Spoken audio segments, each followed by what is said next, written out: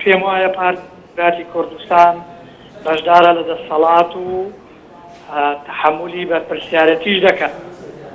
بەڵام بە دەربڕینێکی تر ئەم قسانەی برای بە شەرعیەتدانە بەم شێوازی خۆپیچاندان و تونوتیژێکی ئێستا لە شەقامە هەیە. من دەپرسم لە کاک دکتۆر ئاکۆ لە سنووری پارێزگای سلێمانی پارتی بەرپرسیارە لە پێشکەشکردنی خەدەمات و لە ئەوەی کە خزمەتی خەڵک نەکراوە لەوێ.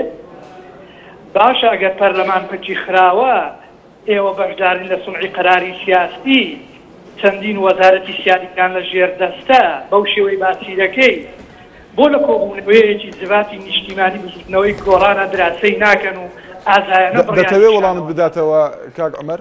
دەتەوێت لە وەڵامەکەی بێ دکتۆر ئاکۆ؟ پرسیارت لێ کرد بۆیە قسەکانی خۆم تەواو کەم بۆ پرسیارەکە بیر نەچێت باوەڵامیش فەرموو. بەڵێ کاک بەڵێ.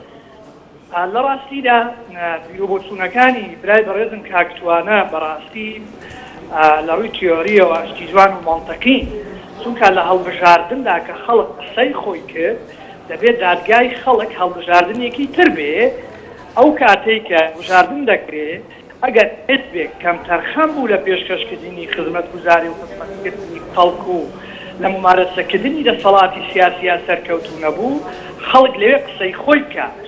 بەڵام بەداخەوە وا دوو هەڵبژاردنە لە ناوەڕاستی هەڵبژاردنەکانەوە تا ڕێک دوای 2 ساڵ هەڵبژاردن هەم حەفزەی شوبات هەم ئەم جارەیان لە سنووری پارێزگای سلێمانیەوە بە تەحدیدیش لەژێر کاریگەری خیتابی ئیعلامی و ئاراستەکردنی حیزبی و خیتابی سیاسی بزوتنەوەی گۆڕانە ڕووداوی نەخوازرا و خۆپیشاندانی تونوتی ئامێز کە دیگەر لەوەی کە خەڵک قوربانی دەدا هیچ ئیضافەیەک کاک عومەر بۆ تەنها پرسیارەکەەوەی بۆ تەنها بزوتنەوەی گۆڕان لە کاتێکدا 4 لایەن پرۆژیان هەبوو 4 لایەن بە شێوەیەک لە شێوەکان کۆک بوون. بەڵێ کاکشوان ئەمەی پرۆژە شتێکی ترە لە ڕاستیدا ئەمڕوو دەتوانێت ئابردوودا وەکو باسن یعنی قسەکانی تۆ کاک ئاری لێک دەچن بەوەی کە میدیاکانی گۆڕانن هاندانەکەیان دروست کردووە.